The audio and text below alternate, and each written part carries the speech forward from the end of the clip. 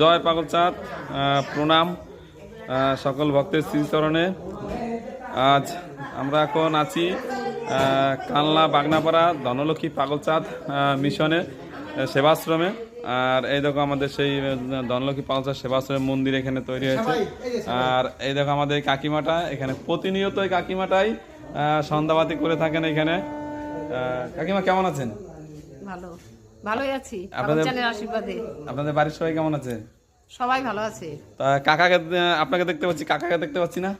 কাকা যে স্টেশন হয়ে গেছে মোবাইলে পয়সা করতে। কাকার মোবাইলে রিচার্জ করতে গেছে, তাই কাকা নেই। যাক, এখানে সন্ধ্যাবাতি দিয়ে কেমন লাগে আপনার? ভালো, ভালো লাগে, খুব ভালো লাগে। তাই প্রতিনিয়ত আসেন আপনি? প্রতিদিন। এই যদি শরীর কোনো অসুস্থ না থাকে তাহলে প্রতিদিনই আসা হয়। আর এই কাকিমাটা বলছে যে যদি কোনো শরীরে অসুস্থ না হয় তাহলে কাকিমা প্রতিদিন আসার চেষ্টা করে এবং আসেন এখানে। যত ঝড় বৃষ্টি হোক বা শরীর অসুস্থ হোক আসার চেষ্টা করে এবং আসেনও, তাই তো? হ্যাঁ। তাই দুপুরে খাওয়া দাওয়া হয়ে গেছে? হ্যাঁ। আর এখানে যে পাগলচাঁদের অনুষ্ঠানটা হলো, অনুষ্ঠানে এসে কেমন লেগেছে আপনার? খুব ভালো। গান করেছিলেন? একটা।